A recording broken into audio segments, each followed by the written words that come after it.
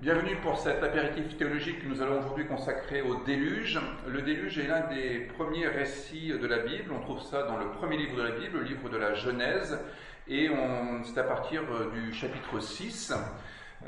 Il y a cette histoire qui met en scène Noé, et Noé vit dans un monde qui est vraiment marqué par la violence, par l'ignominie.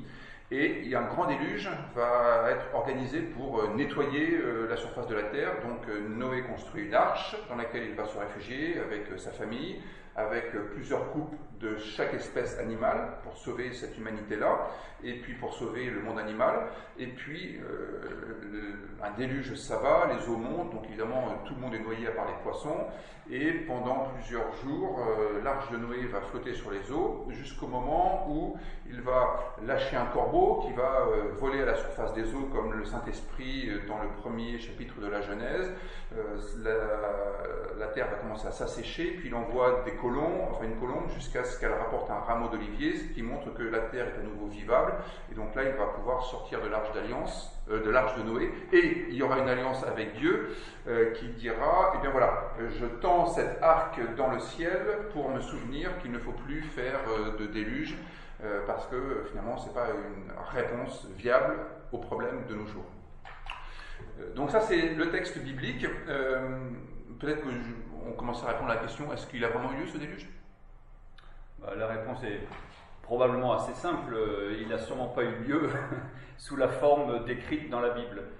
Peut-être que quand même les rédacteurs font référence à une mémoire collective concernant des événements passés et qui se trouvent symbolisés sous la forme de ce récit du déluge.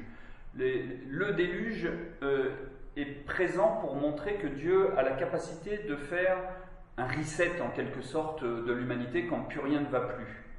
Alors il faudrait peut-être faire attention aussi qu'à chaque fois qu'il se passe une grande catastrophe sur notre planète, il ne faudrait pas considérer non plus que Dieu est en train de faire un reset pour effacer des choses. Oui, justement, parce que le texte finit par cette promesse divine « Je ne ferai plus de déluge ». Autrement dit, c'est un texte pour dire Dieu n'est pas la cause des déluges que l'on connaît de nos jours. Déluges que ce soit catastrophes climatiques, que ce soit des déluges de violence pendant les guerres, les actes terroristes, ou des déluges comme on peut en avoir dans des crises financières qui s'abattent sur des sociétés entières et qui écrasent tout.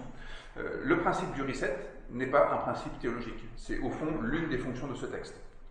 Et il y a toujours la position de Dieu en tant qu'espérance, puisque c'est quand même lui, à la fin du déluge, qui redonne vie à la famille de Noé, aux animaux, et qui libère en quelque sorte du confinement qui a eu lieu dans l'arche de Noé. Dieu reste du côté du petit reste, il s'efforce qu'il y ait toujours du petit reste pour que la vie puisse repartir et l'histoire se relancer. Voilà pour cet apéritif théologique du jour. Portez-vous bien et à bientôt. À bientôt.